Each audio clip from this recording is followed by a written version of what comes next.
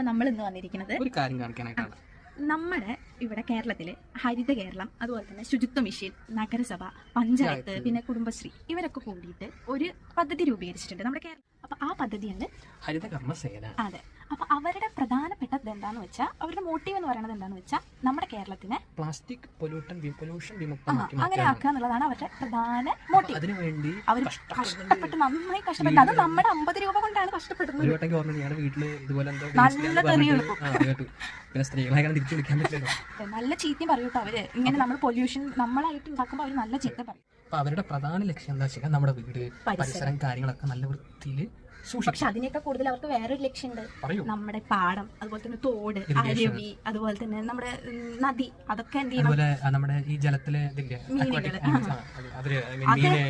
ആമ, അവരെയൊക്കെ നന്നായി പരിപാലിക്കുക എന്നുള്ളതും കൂടെ അവരുടെ ഏറ്റവും വലിയ ലക്ഷ്യം. അപ്പൊ എന്താന്നുള്ളത് ഇതിന് പിന്നീട് ഞങ്ങൾ ആഡ് ചെയ്യാം. നിങ്ങൾ കണ്ടിട്ട് അഭിപ്രായം പറയാം. ഇതുപോലെ നിങ്ങൾ നോട്ടീസ് ചെയ്തിട്ടുണ്ടെങ്കിൽ ഈ വീഡിയോയിൽ കമന്റ് ചെയ്ത് പറയാം. ചെറിയല്ലേ കുഴിച്ചുമൂടല്ലേ, പ്ലാസ്റ്റിക് കത്തിച്ചിടല്ലേ, വീടു തോറും ഞങ്ങൾ വരുന്നേ പ്ലാസ്റ്റിക് ശേഖരിക്കാനായി. 50 രൂപയിൽ നിങ്ങൾ വിഷമിക്കല്ലേ, 50,000 പോയാലും രോഗങ്ങൾ മാറുകില്ല. വലിച്ചെറിയല്ലേ, മാലിന്യമല്ലേ